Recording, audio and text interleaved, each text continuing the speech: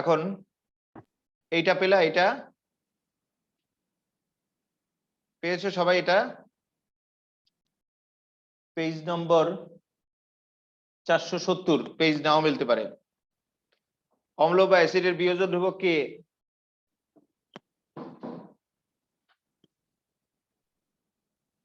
জি sir পাইছি। এইটা এখান থেকে শুরু করবা পড়া, এখান থেকে শুরু করবা, দাগ দাও।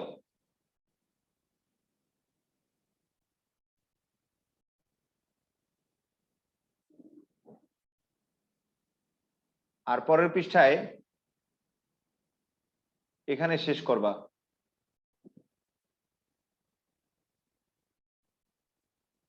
দেখো এইখানে লেখাটা কোথায় আছে, পরের পৃষ্ঠায় নাও থাকতে পারে পৃষ্ঠা।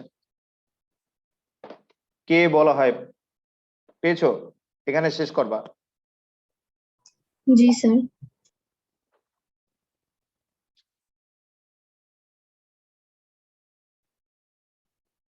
তারপরে এক পৃষ্ঠা পরে গিয়ে এটা আছে, এইটার টিক দাও। এইটা শুরু করবা এখান থেকে,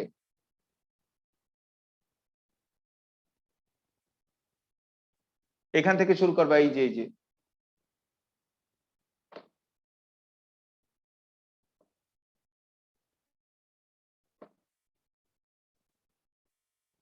দিয়েছো, দাগ দিয়েছো সবাই? জি স্যার। জি স্যার। এর পরের পৃষ্ঠায় যাও।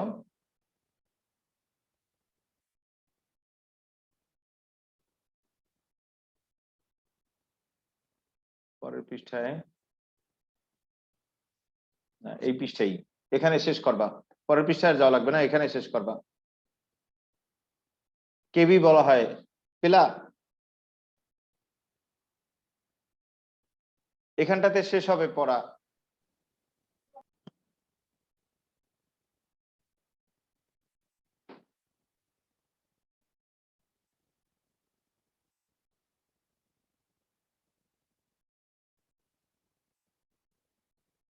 পেয়েছো সবাই?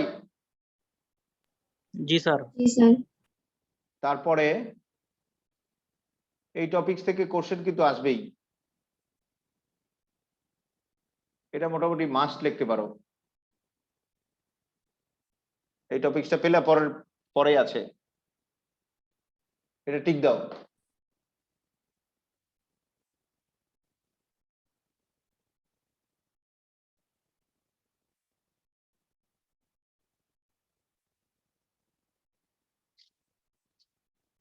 এটার লাস্টের দিকে দেখো,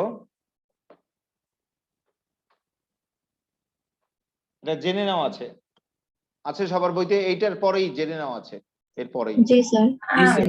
জেনে নাওটা আমাদের, আমরা জেনে নেওয়াটা দরকার পড়বে না, জেনে নেওয়াটা বাদ দাও, জেনে নেওয়া অংশটা বাদ দাও।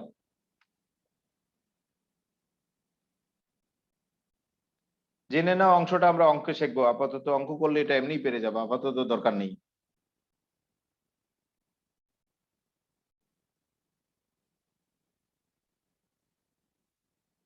তারপরে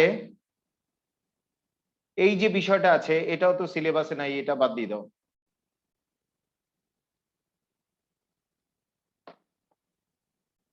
দ্রাবকের প্রকৃতি,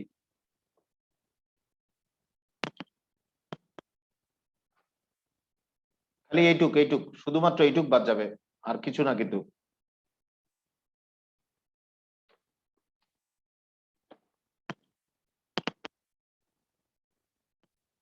শুধুমাত্র এইটুক বাদ যাবে।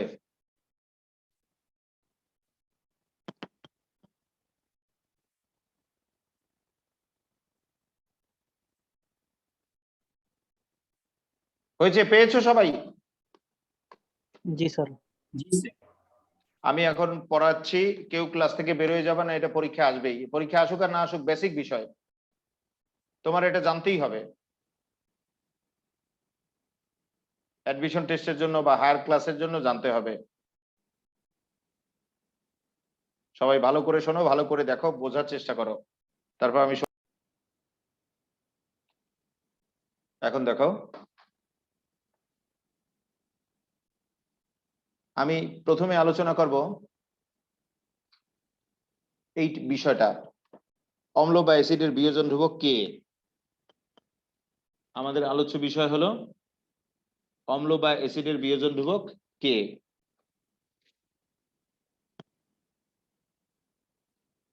অম্ল বা অ্যাসিডের বিয়োজন ধ্রুবক কে বিষয়টা দেখো।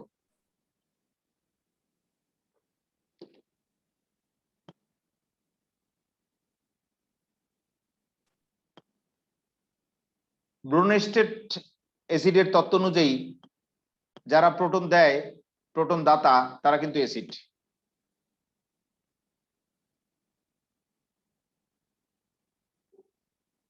আর প্রোটন যারা গ্রহীতা, তারা কিন্তু ক্ষারক। তা তো মনে আছে।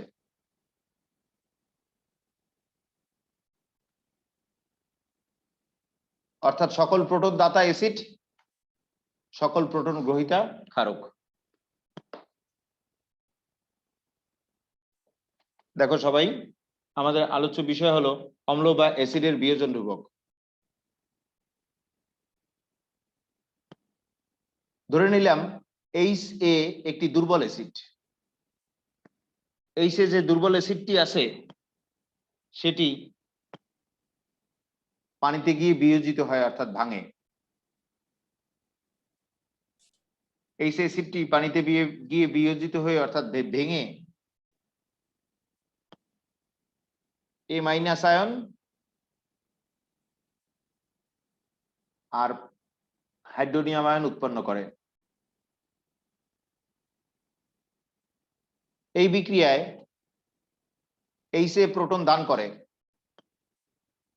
তাহলে ব্রোনেস্টেড মতবাদ অনুযায়ী এটি কি অম্ল বা অ্যাসিড?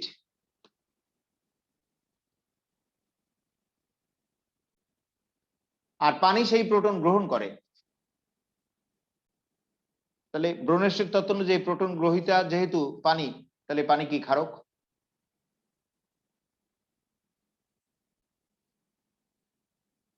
এই যে সাম্য বিক্রিয়া, সেই সাম্য বিক্রিয়ার ক্ষেত্রে সাম্য ধ্রুবক কেসি, এটা হলো উৎপাদের মোলার ঘনমাত্রা বাই বিক্রিয়কের মোলার ঘনমাত্রা, তাই না? উৎপাদ হলো এই দুইটা আর বিক্রিয়ক হলো এই দুইটা। তাহলে সাম্য ধ্রুবক কেসি হলো উৎপাদের মোলার ঘনমাত্রা বাই বিক্রিয়কের মোলার ঘনমাত্রা। উৎপাদ কি? A মাইনাস আয়ন আর হাইড্রোনিয়াম আয়ন। সেই সাম্য ধ্রুবক কেসি হলো উৎপাদের মোলার ঘনমাত্রার গুণফল বাই বিক্রিয়কের মোলার ঘনমাত্রার গুণফল।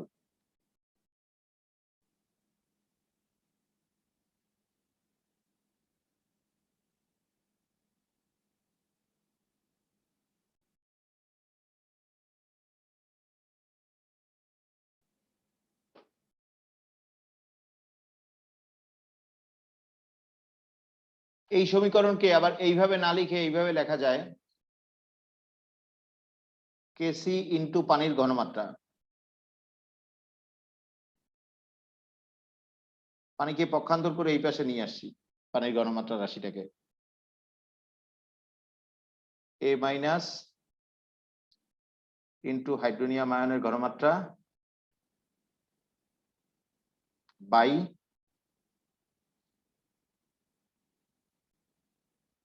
এইচে এর ঘনমাত্রা। তোমরা তো জানো থার্ড ব্র্যাকেটে আটকানো মানে ঘনমাত্রা। এক্ষেত্রে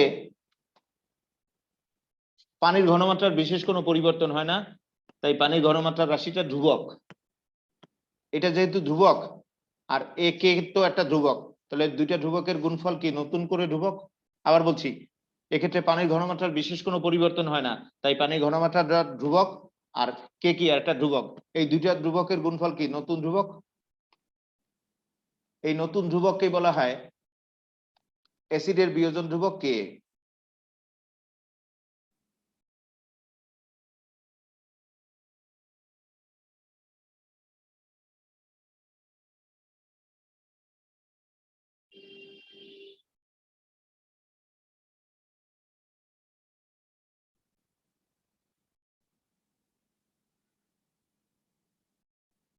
মনে থাকে জানো সবার, এটা একটা ধ্রুবক।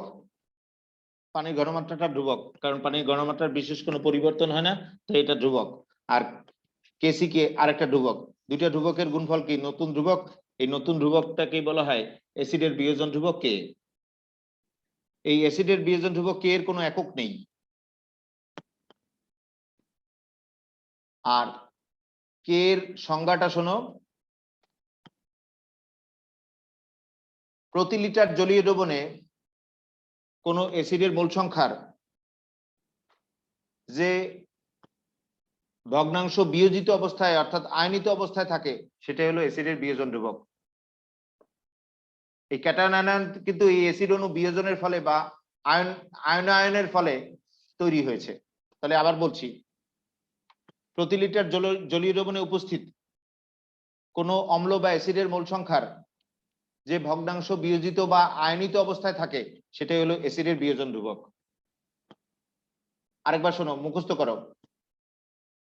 প্রতি লিটার জলীয় দ্রবণে উপস্থিত কোন অ্যাসিডের মোল সংখ্যার যে ভগ্নাংশ আয়নিত বা বিয়োজিত অবস্থায় থাকে সেটাকে বলা হয় অ্যাসিডের বিয়োজন ধ্রুবক কে। যে অ্যাসিডের বিয়োজন ধ্রুবক কে যত বেশি সেই অ্যাসিড তত বেশি শক্তিশালী হয়, আর যে অ্যাসিডের বিয়োজন ধ্রুবক কে যত কম সেই অ্যাসিড তত দুর্বল হয়। এখন দেখো ক্ষারের বিয়োজন ধ্রুবক।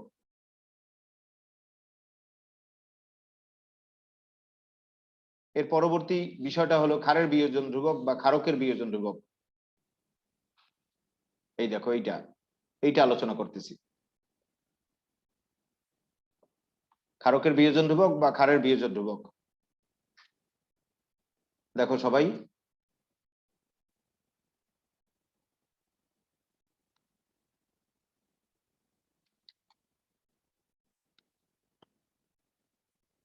আমরা ক্ষারকের বিয়োজন ধ্রুবক শিখব। ধরে নিলাম বি একটি দুর্বল ক্ষারক। বি একটি দুর্বল ক্ষারক, এটি পানিতে গিয়ে প্রোটন গ্রহণ করে। বি দুর্বল ক্ষারক পানিতে গিয়ে প্রোটন গ্রহণ করে, প্রোটন গ্রহণ করে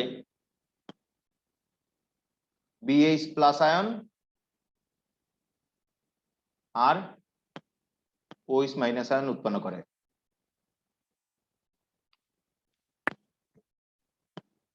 তাহলে আবার দেখো, বি একটি দুর্বল ক্ষারক, এটি পানিতে গিয়ে প্রোটন গ্রহণ করে, প্রোটন গ্রহণ করে বিএইচ প্লাস আয়ন আর ওএইচ মাইনাস আয়ন তৈরি করে। আর তোমরা তো জানো যে প্রোটন গ্রহণ করে সে কিন্তু ক্ষারক, তাহলে এটি একটি ক্ষারক।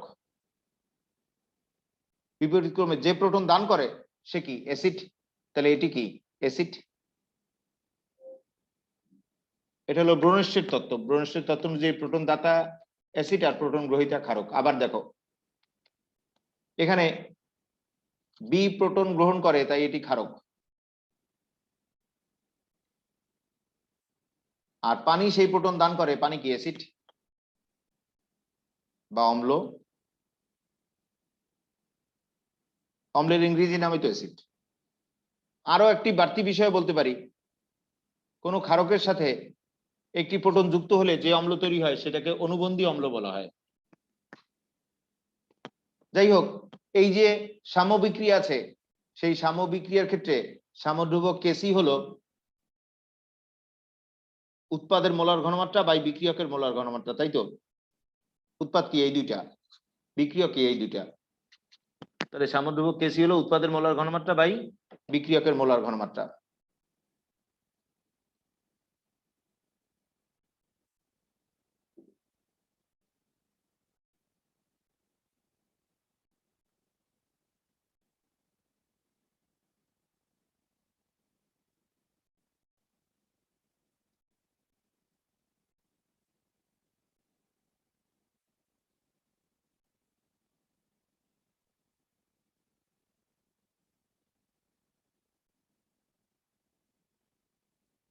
তাহলে এই সাম্য বিক্রিয়ার জন্য সাম্যধ্রুবক কেসি হলো উৎপাদের মোলার ঘনমাত্রার গুণফল বাই বিক্রিয়কের মোলার ঘনমাত্রার গুণফল।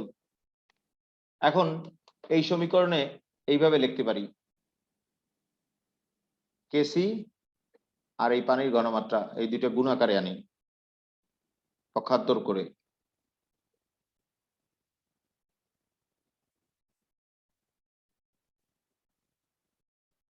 BH প্লাস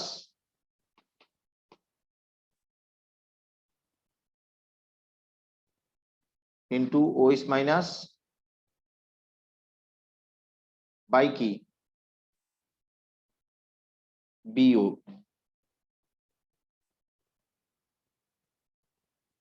এক্ষেত্রে পানির ঘনমাত্রা যেটা সেটা ধ্রুবক, আর কেসি তো আরেকটা ধ্রুবক, তাহলে দুইটা ধ্রুবকের গুণফল কি আরেকটা ধ্রুবক পাওয়া যাবে। আবার বলছি, পানি ঘনমাত্রাটা ধ্রুবক আর কেসি তো ধ্রুবক, দুইটা ধ্রুবকের গুণফল কি আরেকটা ধ্রুবক। এই নতুন ধ্রুবককে বলা হয় ক্ষারকের বিয়োজন ধ্রুবক কেবি। ক্ষারকের বিয়োজন ধ্রুবক কেবি হলো উৎপাদের মোলার ঘনমাত্রা বাই বিক্রিয়কের মোলার ঘনমাত্রা, একটু আগে যেটা আসছে।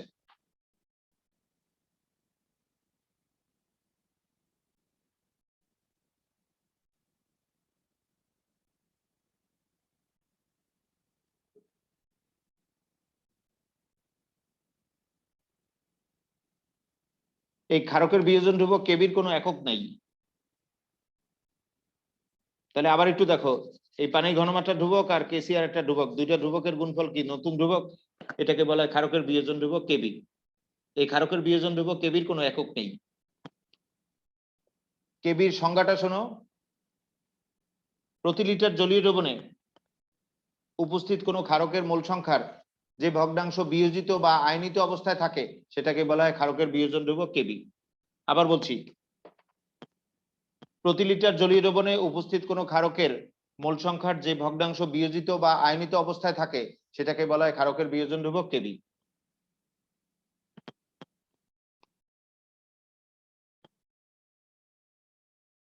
এখন দেখো, পরবর্তী অংশ আলোচনা করতেছি, এটি আমাদের সবচেয়ে গুরুত্বপূর্ণ বিষয়। এখান থেকে প্রশ্ন আসবে, আমি কিন্তু মাস্ট লিখে দিয়েছি। অ্যাসিডের বিয়োজন ধ্রুবক আর অ্যাসিড ক্ষারকের তীব্রতা, এর একটা বেসিক নিয়ে নাও আগে।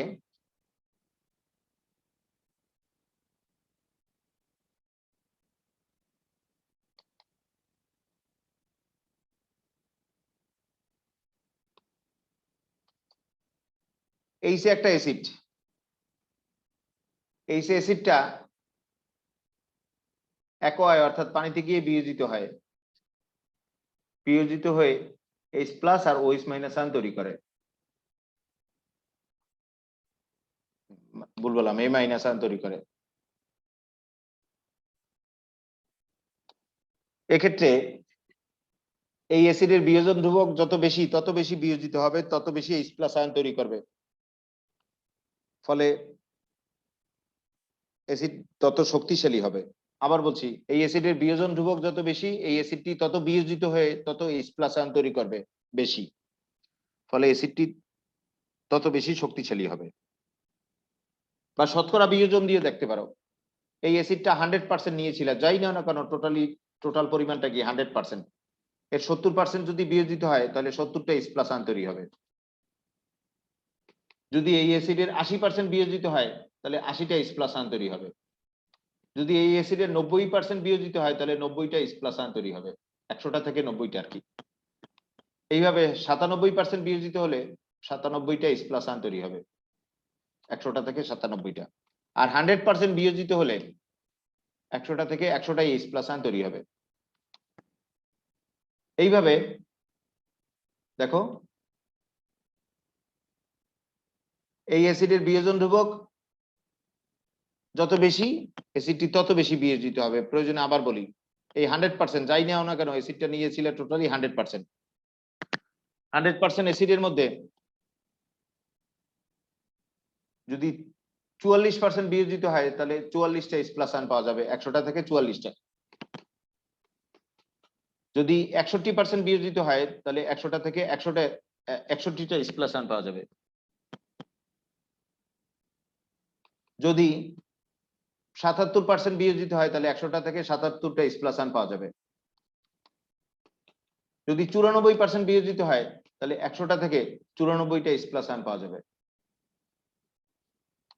যদি 99% বিয়োজিত হয় তাহলে 100টা থেকে 99টা H প্লাস আয়ন পাওয়া যাবে। 100% বিয়োজিত হলে 100টা থেকে 100টাই H প্লাস আয়ন পাওয়া যাবে। তাহলে যে অ্যাসিডের শতকরা বিয়োজন যত বেশি সেই অ্যাসিডের বিয়োজন ধ্রুবক কেও বেশি, একই কথা। এবং সেই অ্যাসিড তত বেশি H+ আয়ন দেবে পানিতে, ফলে সেই অ্যাসিড তত বেশি শক্তিশালী হবে। আবার বলছি কথাটি, যে অ্যাসিড শতকরা যত বেশি বিয়োজিত হয় সেই অ্যাসিডের বিয়োজন ধ্রুবক K এর মান তত বেশি। বলতে পারো স্যার কেন? এই শতকরা বিয়োজন বাড়লেই তো বিয়োজিত আয়নের পরিমাণ বাড়ে, অর্থাৎ একটু আগে যে সমীকরণ দেখছি সেই সমীকরণের লব বাড়ে, আর লব বাড়লেই তো অ্যাসিডের বিয়োজন ধ্রুবক K বাড়ে। এইভাবে যে অ্যাসিডের বিয়োজন ধ্রুবক যত বেশি সেই অ্যাসিডের শতকরা বিয়োজন তত বেশি, সেই অ্যাসিড তত বেশি প্রোটন দেয় এবং সেই অ্যাসিড তত বেশি শক্তিশালী হয়। দেখো কিছু উদাহরণ দেখো।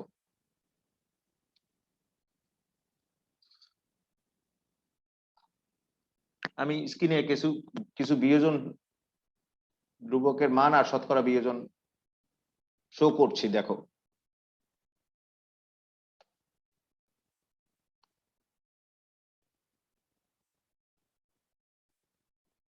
দুর্বল অ্যাসিডের বেলার মধ্যে দুর্বলদের মধ্যে যারা তুলনামূলক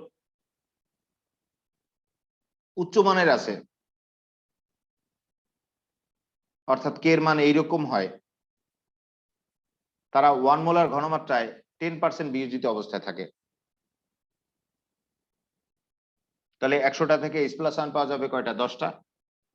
আবার বলছি, দুর্বল অ্যাসিডদের মধ্যে তুলনামূলক উচ্চমানের K যাদের আছে তাদের বেলায় 1 মোলার ঘনমাত্রায় এরা 10% বিয়োজিত হয়,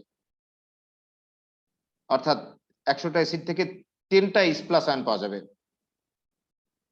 আর দুর্বল অ্যাসিডদের মধ্যে তুলনামূলক মধ্যম মানের যারা, তাদের 1 মোলার ঘনমাত্রায় 0.3% বিয়োজিত হয়, অর্থাৎ 100টা থেকে 0.3টা H+ আয়ন তৈরি হয়।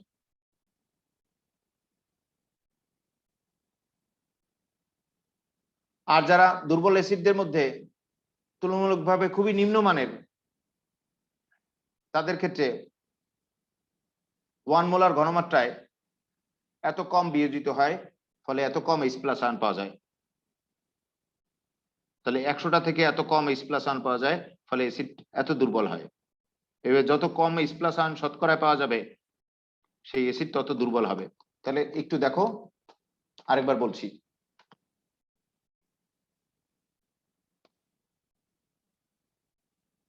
দুর্বল অ্যাসিডের মধ্যে তুলনামূলক উচ্চমানের যারা আছে তাদের K এর মান দেখে দেখা যাচ্ছে 1 মোলার ঘনমাত্রায় এরা 10% বিয়োজিত হয়।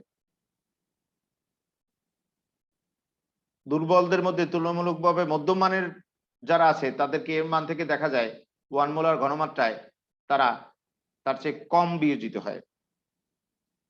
আর দুর্বল অ্যাসিডদের মধ্যে তুলনামূলক নিম্নমানের যারা আছে তাদের K এর মান দেখে দেখা যায় 1 মোলার ঘনমাত্রায় এটা আরো কম বিয়োজিত হয়। এবার শতকরা যে অ্যাসিড যত কম বিয়োজিত হয় সেই অ্যাসিড পানিতে তত কম H+ আয়ন দেয় এবং সেই অ্যাসিড তত দুর্বলতম হয়। তাহলে দুর্বলদের মধ্যে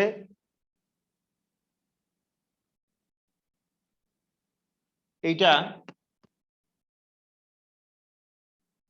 এই যে এইটা, দুর্বলদের মধ্যে উচ্চমানের K আছে, তাই শতকরা বিয়োজন বেশি। দুর্বলদের মধ্যে মধ্যমানের K আছে,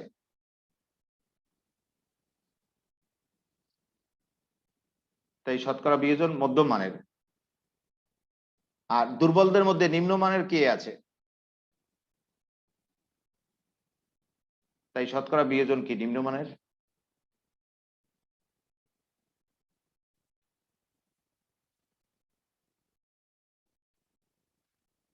এইভাবে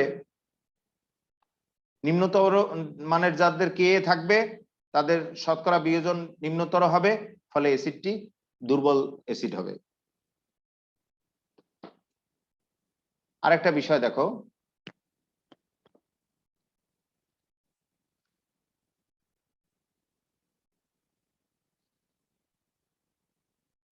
এই যে ছকটি আমি শো করেছি, শেয়ার করেছি, দেখো এই শেয়ার করা ছকটি দেখো একটু সবাই।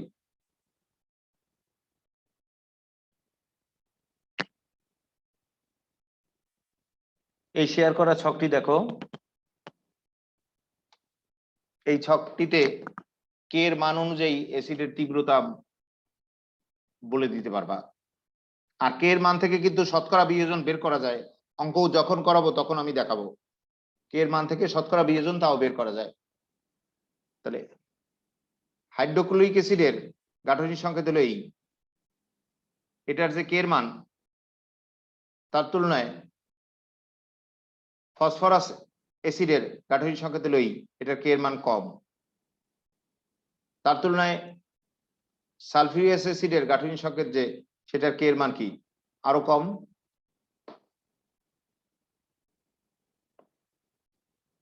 ফসফরিক অ্যাসিডের গাঠনিক সংকেত হলো এই, এর কে এর মান কি আরো কম। নাইট্রাস অ্যাসিডের গাঠনিক সংকেত হলো এই, এর কে এর মান কি আরো কম। হাইড্রোফ্লুরিক অ্যাসিডের গাঠনিক সংকেত এই, এর কে এর মান কি আরো কম। ফর্মিক অ্যাসিডের গাঠনিক সংকেত হলো এই, এর কে এর মান কি আরো কম। অ্যাসিটিক অ্যাসিডের গাঠনিক সংকেত হলো এই, এর কে এর মান কি আরো কম। সোজা কথা,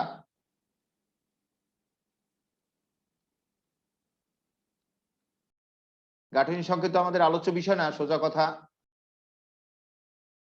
যে অ্যাসিডের কে এর মান যত কম হবে সেই অ্যাসিড তত দুর্বল হবে।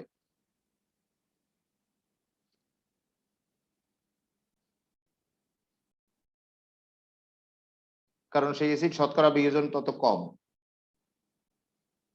এই কথাটি ঘুরেই বলি, যে অ্যাসিডের কে এর মান যত বেশি হবে সেই অ্যাসিড তত সবল বা শক্তিশালী হবে। যে অ্যাসিডের কে এর মান যত বেশি সেই অ্যাসিড তত বেশি সবল বা শক্তিশালী অ্যাসিড। যে অ্যাসিডের কে এর মান যত বেশি সেই অ্যাসিড তত সবল বা শক্তিশালী অ্যাসিড।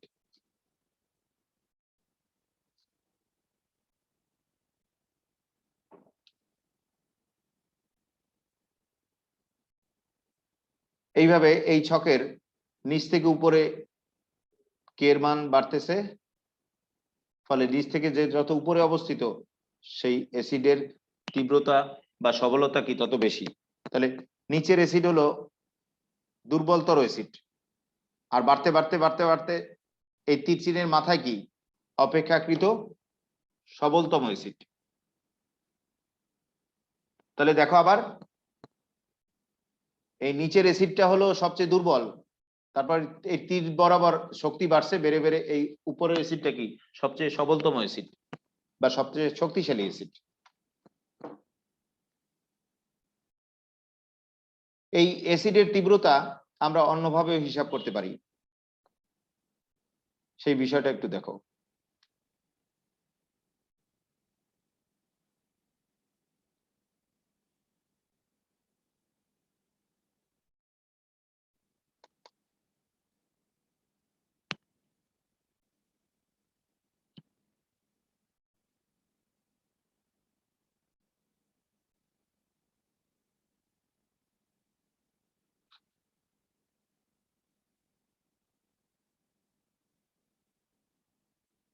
শতকরা দিয়েও বলতে পারি।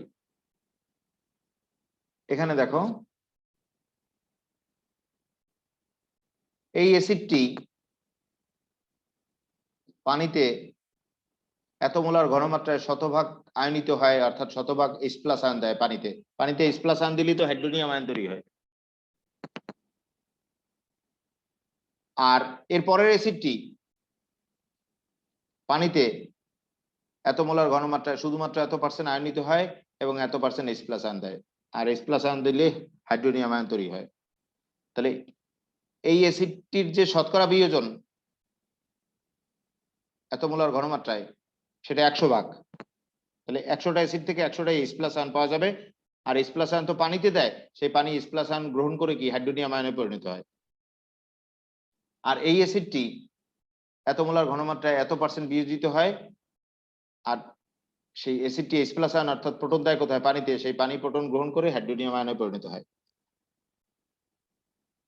এইভাবে যে অ্যাসিডটি পানিতে শতকরা যত বেশি বিয়োজিত হবে সেই অ্যাসিডটি তত পানিতে H+ আয়ন অর্থাৎ প্রোটন দান করবে, সেই অ্যাসিডের তীব্রতা বা শক্তি তত বেশি হবে। এবং এই শতকরা বিয়োজনের কে এর মানের উপর নির্ভরশীল। কে যার বেশি তার শতকরা বিয়োজন বেশি। এটা আমরা অঙ্ক করে দেখবো এরপরে। এছাড়া আরো কিছু বিষয় আছে, দেখো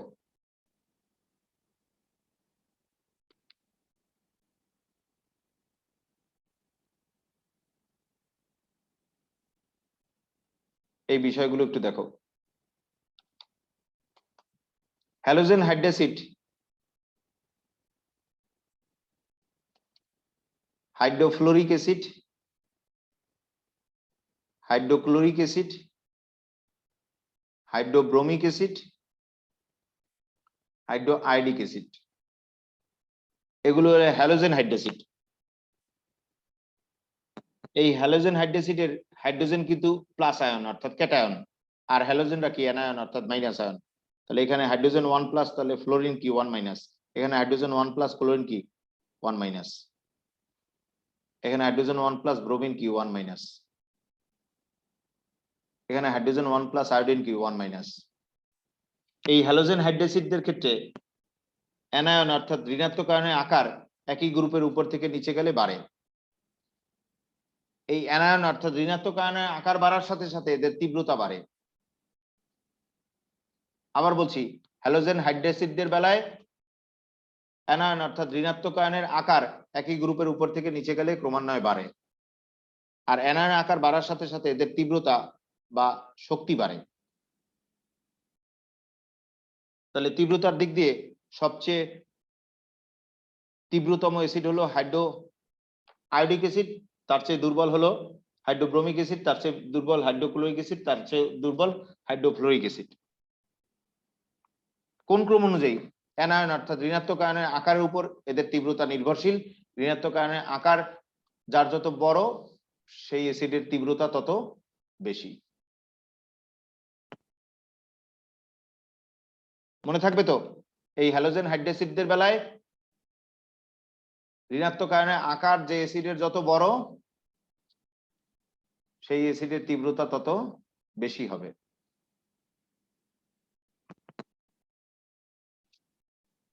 এরপর দেখো,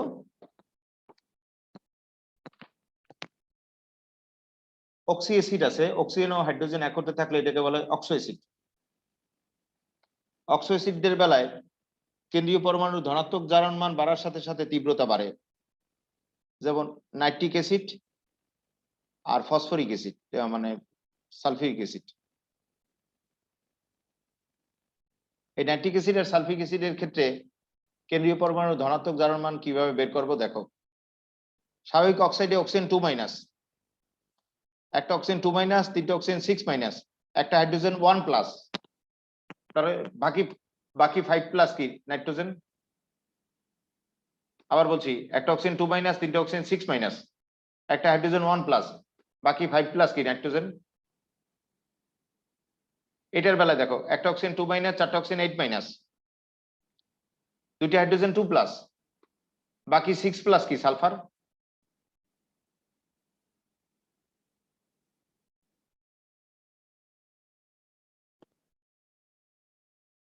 এই অক্সি অ্যাসিড যেগুলো আছে তাদের মধ্যে যার কেন্দ্রীয় পরমাণুর ধনাত্মক জারণ মান যত বেশি, সেই অ্যাসিডের তীব্রতা তত বেশি। তাহলে এই দুইটা অ্যাসিডের মধ্যে সালফিক অ্যাসিডের কেন্দ্রীয় পরমাণুর ধনাত্মক জারণ মান নাইট্রিক অ্যাসিডের তুলনায় বেশি, তাই নাইট্রিক অ্যাসিডের তুলনায় সালফিক অ্যাসিডের তীব্রতা বা শক্তি বেশি। আবার দেখো, নাইট্রাস অ্যাসিড আর নাইট্রিক অ্যাসিড, এদের বেলায় ওইভাবে হিসাব করো, কেন্দ্রীয় পরমাণু ধনাত্মক জারণ মান হিসাব করো। একটা অক্সিজেন 2 মাইনাস, দুইটা অক্সিজেন 4 মাইনাস, একটা হাইড্রোজেন 1 প্লাস, বাকি 3 প্লাস কি নাইট্রোজেন। একটা অক্সিজেন 2 মাইনাস, তিনটা অক্সিজেন 6 মাইনাস, একটা হাইড্রোজেন 1 প্লাস, বাকি 5 প্লাস কি নাইট্রোজেন। এক্ষেত্রে যে অ্যাসিডের কেন্দ্রীয় পরমাণু ধনাত্মক জারণ মান বেশি, সেই অ্যাসিডের তীব্রতা বেশি। দেখো,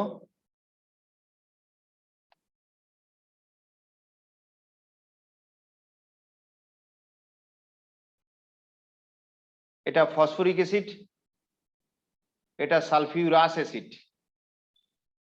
এটার ক্ষেত্রে কেন্দ্রীয় পরমাণু ধনাত্মক জারণ মান 5 প্লাস, এটার ক্ষেত্রে কেন্দ্রীয় পরমাণুর ধনাত্মক জারণ মান 4+। হিসাব করতে পারতেছো তো? কেন্দ্রীয় পরমাণুর ধনাত্মক জারণ মান দেখো, আমি প্রয়োজনে হিসাব করে দেখাই। একটা অক্সিজেন 2-, চারটা অক্সিজেন 8-, আর তিনটা হাইড্রোজেন 3+, বাকি 5+ কে ফসফরাস। দেখো 8-, 3+, বাকি 5+ কি ফসফরাস। 6-, 2+, বাকি 4+ কি সালফার। এইভাবে দুইটা অক্সি অ্যাসিডদের বেলায় যে অ্যাসিডের কেন্দ্রীয় পরমাণুর ধনাত্মক জারণ মান বেশি, সেই অ্যাসিডের তীব্রতা বেশি।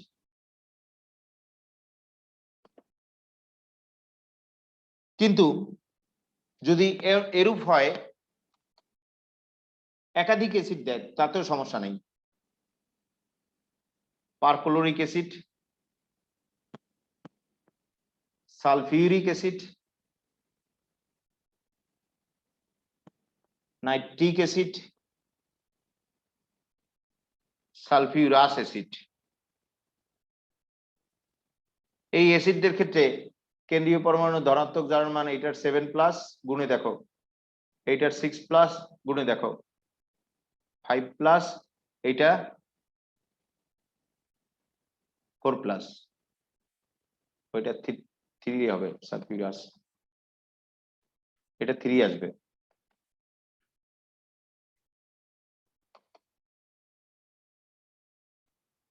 তাহলে এই অ্যাসিডদের বেলায় যে অ্যাসিডের কেন্দ্রীয় পরমাণু ধনাত্মক জারণ মান যত বেশি, সেই অ্যাসিডের তীব্রতা তত বেশি। একাধিক অ্যাসিডও থাকতে পারে, এখানে 3-4টা অ্যাসিড, 4টা অ্যাসিড আছে। কিন্তু অক্সি অ্যাসিডদের বেলায় দুইটা অক্সি অ্যাসিডের কেন্দ্রীয় পরমাণু ধনাত্মক জারণ মান যদি সমান হয়, যেমন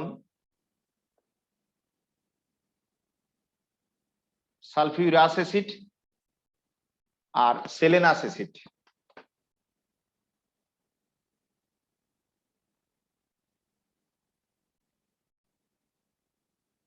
এই দুইটার ক্ষেত্রে কেন্দ্রীয় পরমাণু ধনাত্মক জারণ মান 4+। এদের ক্ষেত্রে যার কেন্দ্রীয় পরমাণু আকার ছোট, তার চার্জের ঘনত্ব বেশি, তার তীব্রতা বেশি। দেখো অক্সিজেন, সালফার, সেলেনিয়াম, তাহলে একই গ্রুপের উপর থেকে নিচে গেলে আকার বড় হয়। তাহলে সালফারের পর সেলেনিয়াম, সালফার 3য় পর্যায়ের মৌল, সেলেনিয়াম 4র্থ পর্যায়ের মৌল। তাহলে সালফারের তুলনায় সেলেনিয়াম আকারে বড়, সেলেনিয়ামের তুলনায় সালফার কি আকারে ছোট। তাহলে এক্ষেত্রে যে অ্যাসিডের কেন্দ্রীয় পরমাণুর আকার ছোট, সেই অ্যাসিডের চার্জের ঘনত্ব বেশি, সেই অ্যাসিডের তীব্রতা বেশি। যেমন আরো দেখো উদাহরণ,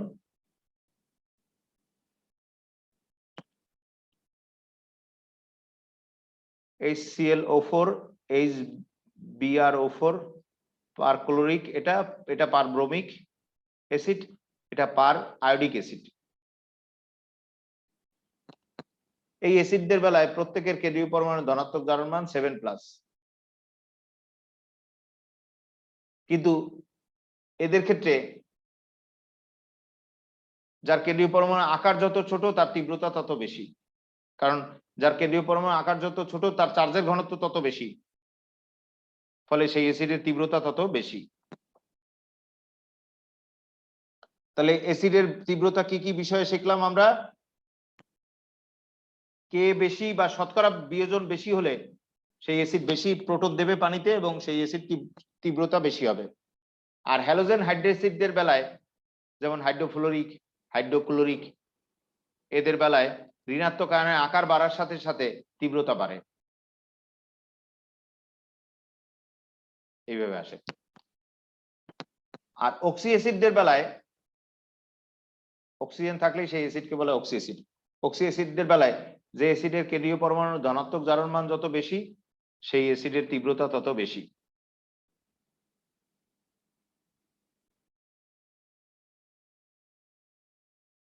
কিন্তু দুইটা অক্সি অ্যাসিডের কেন্দ্রীয় পরমাণুর ধনাত্মক জারণ মান যদি সমান হয়,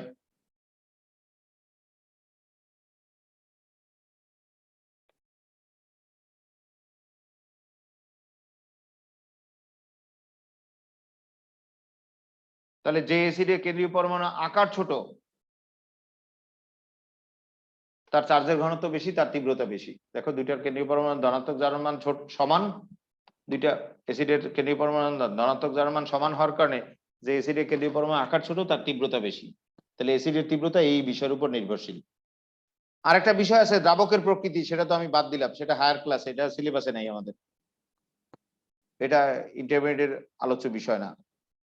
আর ক্ষারকের তীব্রতা দেখো, ক্ষারকের তীব্রতার বিষয়টা দেখো, ক্ষারকের শক্তিমাত্রা নির্ভরশীলতা বা তীব্রতা নির্ভরশীলতা, এটা আমাদের আলোচ্য বিষয়। এখানে একটু বই শেয়ার করেই তাড়াতাড়ি পড়াই দিই।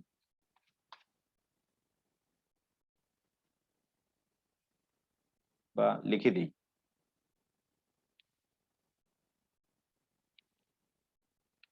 দেখো সবাই,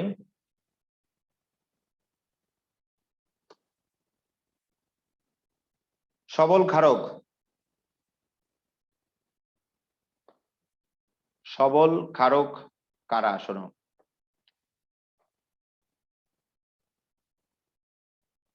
অক্সাইড অথবা হাইড্রোক্সাইড,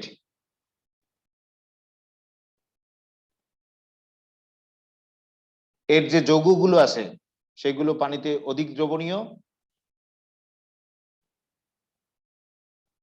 এবং এদের দ্বারা যে ক্ষারক তৈরি হয় সেই ক্ষারকগুলো সক্রিয় ধাতুর ক্ষারক। যেমন গ্রুপ 2 এর মৌল আর 1 এর মৌল এরা কিন্তু সক্রিয় ধাতু। গ্রুপ 1 এর মৌলরা সক্রিয়, গ্রুপ 2 এর মৌলরাও সক্রিয়। এই গ্রুপ 1 এর মৌল সক্রিয় ধাতু কি? Lithium, sodium, potassium, rubidium, caesium, francium. আবার গ্রুপ 2 এর কি? Calcium, strontium, barium, radium. এই গ্রুপ 2 এর ধাতুদের মেটাল দ্বারা প্রকাশ করা হয় এম, এদের যোজনী 1। ভুল বললাম, গ্রুপ 1 এর ধাতুদের মেটাল দ্বারা প্রকাশ করা হয়। গ্রুপ 1 এর ধাতু মানেই মেটাল, এদের যোজনী 1। আর গ্রুপ 2 এর ধাতু যারা আছে তারাও মেটাল, কিন্তু এদের যোজনী কি 2। আবার বলছি,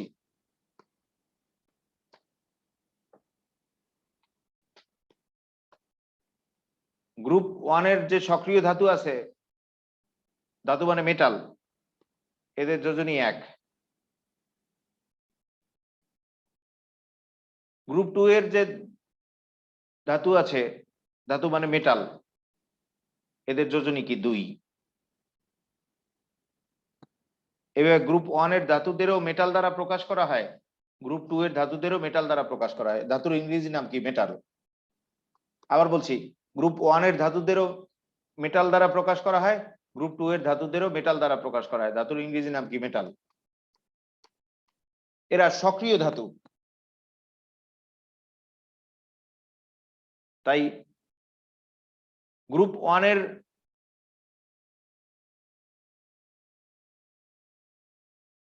মেটালের যে হাইড্রোক্সাইড তৈরি হয়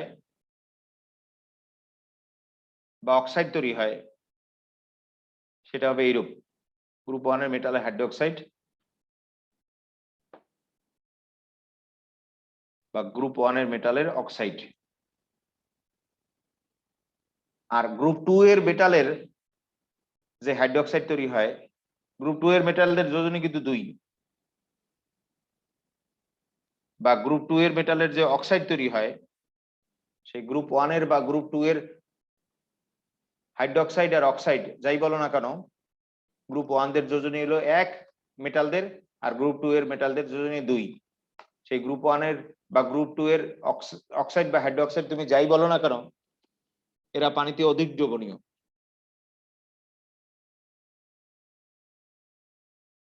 এবং পানিতে এরা অধিক সক্রিয়তা দেখায় এবং পানিতে অধিক বিয়োজিত হয়, ফলে এদের কেবির মান খুব বেশি, ফলে এরা খুব তীব্র বা খুব শক্তিশালী ক্ষার, এবং এরা পানিতে প্রায় শতভাগ বিয়োজিত থাকে। তাহলে আবার শোনো কথাটি, গ্রুপ 1 এর মেটালদের যোজনী 1 এদের হাইড্রোক্সাইড বা অক্সাইড, আর গ্রুপ 2 এর মেটালদের যোজনী 2 এদের হাইড্রোক্সাইড বা অক্সাইড। এগুলো সব অধিক সক্রিয় ধাতুর হাইড্রোক্সাইড বা অক্সাইড, তাই এরা পানিতে খুব দ্রবণীয়, তাই এদের বিয়োজন ধ্রুবক কেবির মান বেশি এবং পানিতে বিয়োজিত হয়ে বেশি OH- আয়ন দেয়, তাই এরা বেশি তীব্র ক্ষার। কিন্তু যাদের যাদের আবার মুক্ত জোড় ইলেকট্রন আছে বা নিঃসঙ্গ ইলেকট্রন যুগল আছে,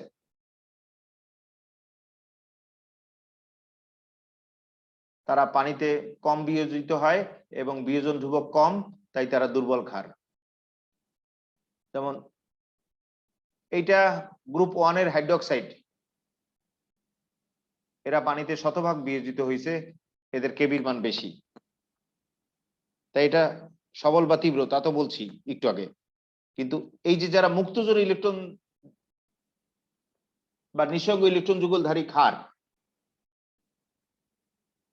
তারা পানিতে কম আয়নিত হয়ে কম হাইড্রোক্সাইড আয়ন দেয় এবং দুর্বল ক্ষার হয়। তাহলে আবার বলছি, যাদের নিঃসঙ্গ ইলেকট্রন যুগল আছে তারা পানিতে কম আয়নিত হয়ে কম হাইড্রোক্সাইড আয়ন দেয় এবং শতকরা বিয়োজন কম হয়, তাই তারা দুর্বল ক্ষার। এইভাবে নিঃসঙ্গ ইলেকট্রন যুগলধারী অ্যামোনিয়াম হাইড্রোক্সাইড দুর্বল ক্ষার, হাইড্রোক্সিলেমিন এটা তো নিঃসঙ্গ ইলেকট্রন যুগল আছে, এটা দুর্বল ক্ষার, হাইড্রাজিন এটা তো নিঃসঙ্গ ইলেকট্রন যুগল আছে, এরা দুর্বল ক্ষার। এছাড়া অ্যামিন মিথাইল অ্যামিন এটা তো নিঃসঙ্গ ইলেকট্রন যুগল আছে, এটাও দুর্বল ক্ষার। ডাইমিথাইল অ্যামিন এটা তো নিঃসঙ্গ ইলেকট্রন যুগল আছে, এটা দুর্বল ক্ষার। এবং কে কত বেশি দুর্বল সেটা এদের কেবির মান থেকে বোঝা যায়। যেমন এই দুইটার কেবির মধ্যে যার কেবির মান বেশি সে সবল, আর যার কেবির মান কম সে দুর্বল। তাহলে এইভাবে নিঃসঙ্গ ইলেকট্রন যুগলধারী যারা ক্ষার আছে তারা কিন্তু দুর্বল ক্ষার। কে কত বেশি দুর্বল বা কে কত বেশি সবল তা এদের কেবির মান থেকে বোঝা যায়।